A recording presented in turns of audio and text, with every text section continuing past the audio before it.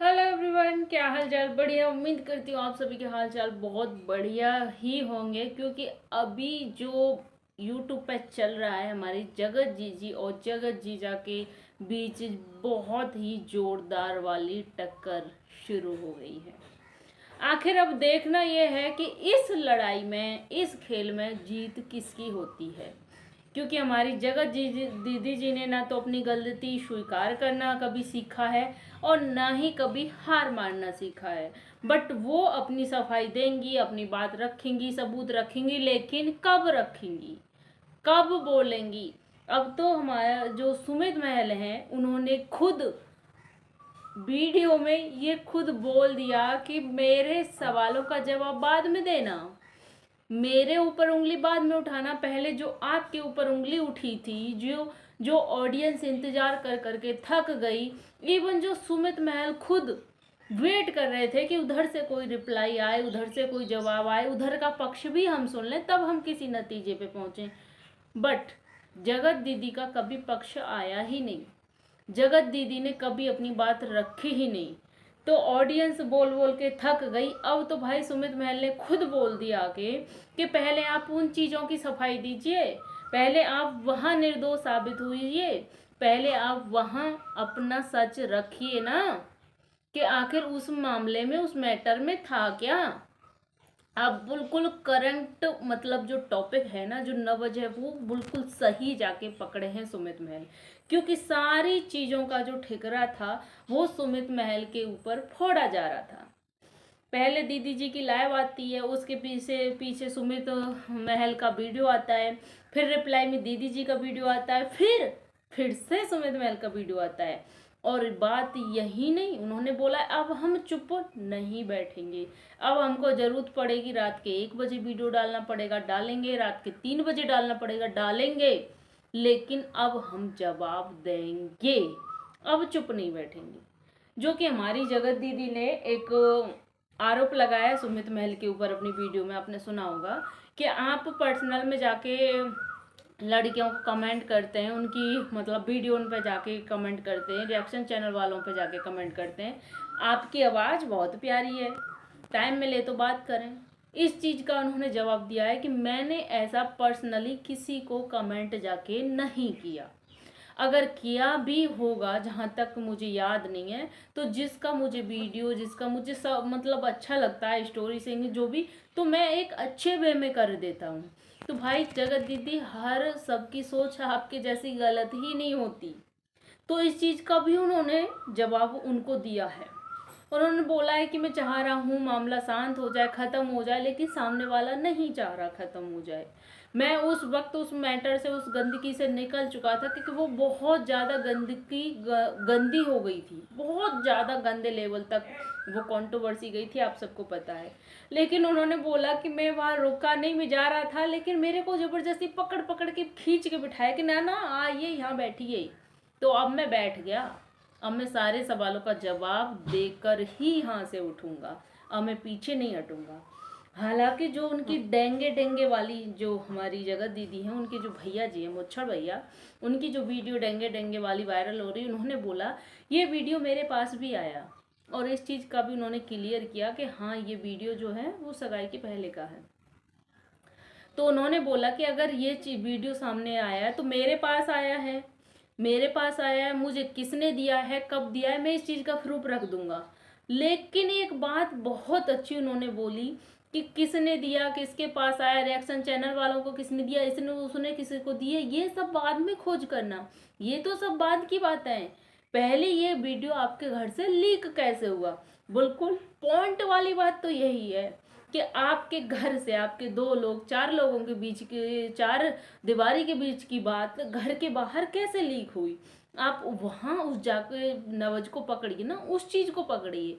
क्योंकि घर से बाहर जाने के बाद वो 2 से 4, 4 से 10, 10 से 20 कब हो जाएगा। अब वहाँ मत जाके, गलत जगह, हमेशा गलत जगह ही ये पहुँचती, जहाँ जो सही जवाब है, ये जो सही, वहाँ तो कभी जगत दीदी का मतलब, इनका भले ही मास्टरमाइंड दिमाग हो, लेकिन ये अपने दिमाग से ना हमेशा मात खाती हैं और अपनी चीज़ों में खुद ही उलझ कर रह जाती हैं। सुमित महल ने उनसे बोला कि आप परमिशन दो तो मैं ये वीडियो लगा भी दूँ, मैं ये वीडियो चला भी दूंगा अगर आप परमिशन दो, लेकिन मुझ पे उंगली उठाने से पहले आप अपनी सफाई दो। जो पिछले 3 महीने पहले जो कुछ भी हुआ था उसका जवाब दो, जो कि उनका जवाब मांगना एकदम लाजमी है, क्योंकि इस सारी कंट्रोवर्सी में सहा जगत दीदी ने है, सुना जगत दीदी ने है, क्योंकि वो बहुत उस चीज़ को सुनने का उन्होंने काम किया था, वो उस मैटर में दोषी थी। लेकिन जगत जीजा जी, जो कि इस मैटर से उनका कोई लेना देना नहीं था, इस चीज़ को उनको कोई भनक भी नहीं थी, लेकिन गालियां बराबर उनको भी पड़ी हैं। कुछ लोगों ने उनको राम बनाया था तो कुछ लोगों ने उनको रावण भी बनाया था। तो आज उनका हक बनता है इस चीज़ को जानने का और ये सवाल उठाने का और इस चीज़ का जवाब जानने का कि मेरे साथ ऐसा क्यों किया, किस लिए किया। तो बिल्कुल सही जवाब, और इस जवाब का इंतजार हम भी कर रहे हैं और उम्मीद है कि आप लोग भी कर रहे होंगे कि जगत दीदी इस चीज़ का जवाब दें, क्योंकि वो बोलती रह गई लेकिन अभी तक उन्होंने जवाब नहीं दिया।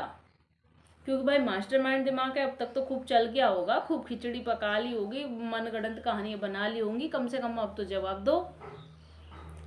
और यहाँ पे जो जगत दीदी ने एक बात कल वीडियो में बोली थी कि आप इतने भी सीधे नहीं हैं, इतने भी भोले नहीं हैं, तो उन्होंने बोला कि हाँ मैं नहीं हूँ सीधा, मैं नहीं हूँ भोला, जब मैं नहीं हूँ अच्छा तो फिर उनकी जो पीए हैं वो उनसे बार बार सुमित महल को कॉल मैसेज करती रहती हैं कि प्लीज़ शादी कर लीजिए, प्लीज़ नेहा से शादी कर लीजिए, तासी को आपसे अच्छा पिता नहीं मिल सकता। ये कौन करवा रहा है, ये कौन करवा रहा है? मतलब सुमित महल से शादी करने के लिए जगत दीदी और अपने जो पीए वगैरह हैं उनका सहारा ले रही हैं शादी करने के लिए, कि आपसे अच्छा पति उनको, आपसे अच्छा बाप उनको, पिता उनको नहीं मिल सकता, कर लीजिए ना प्लीज़, आप शादी कर लीजिए ना। तो भाई ये भी पॉइंट वाली बात है, जब कोई बंदा इतना मास्टरमाइंड है, इतना गंदा है, इतना बुरा है, तो फिर आपको उससे शादी करने की इतनी भी क्या पड़ी है? आपके लिए क्या लड़कों की कमी है? क्यों, आपके लिए तो लड़कों की लाइन लगी पड़ी है। ये दीदी जी का स्टेटमेंट यही था ना कि मेरे पीछे जितना तूने कॉलेज में लड़के नहीं देखे होंगे उतना मेरे पीछे लाइन लगी पड़ी है। तो फिर जगत जीजा जी से ही क्यों उनको बोला जा रहा है जब वो इतने ही गलत है? मतलब कैमरे के पीछे कुछ और, कैमरे के सामने कुछ और, ये तो जगत दीदी का हमेशा से ही रहा है। इनके दो चेहरे हमेशा से ही रहे हैं। अब मतलब इनकी कोशिश पूरी हो रही थी कि कैसे भी सुमित महल को मना लिया जाए और ये रिश्ते को आगे बढ़ा दिया जाए, ये शादी कर दी जाए। लेकिन जबकि सुमित महल किसी भी तरह से नहीं माने हैं, किसी भी तरह से, जब उन्होंने हर कोशिश करके देख ली।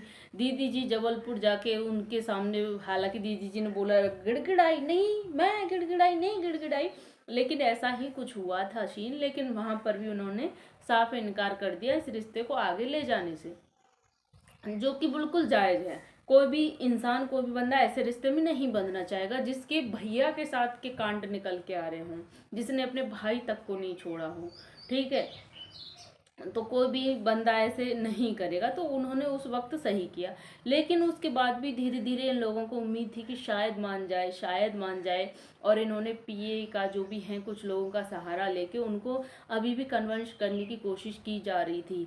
तब आखिर में आके सुमित महल ने साफ इनकार ही कर दिया कि भाई ना तो ना, मेरा कोई मतबल नहीं है अब इस रिश्ते में जाने का या कुछ भी।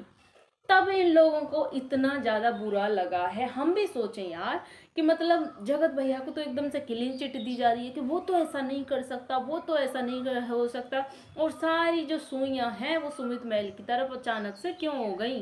क्यों? क्योंकि इन लोगों को अभी भी कहीं तक तिवारी फैमिली को उम्मीद थी, और वो उम्मीद एकदम से उन्होंने ख़त्म कर दी कि ना अब कोई चांस नहीं बन सकता। तो अब भाई वो विलन हो गए, अब वो विलन हो गए, यही कहानी है ना। तो भाई बहुत अच्छे से सारी चीज़ों का मुंह तोड़ जवाब दिया है सुमित महल ने, और देना भी बनता है। आखिर कोई इंसान किस हद तक, कब तक और क्यों चुप रहे, जिसमें उसकी कोई गलती नहीं, कुछ भी नहीं हो, ये बहुत सारी चीज़ें थी पहले भी दब के रह गई, इतने महीने कंट्रोवर्सी चली, लेकिन फिर भी जगत भैया बोलते रहे अभी तो 5% आया है, अभी तो 5% आया है।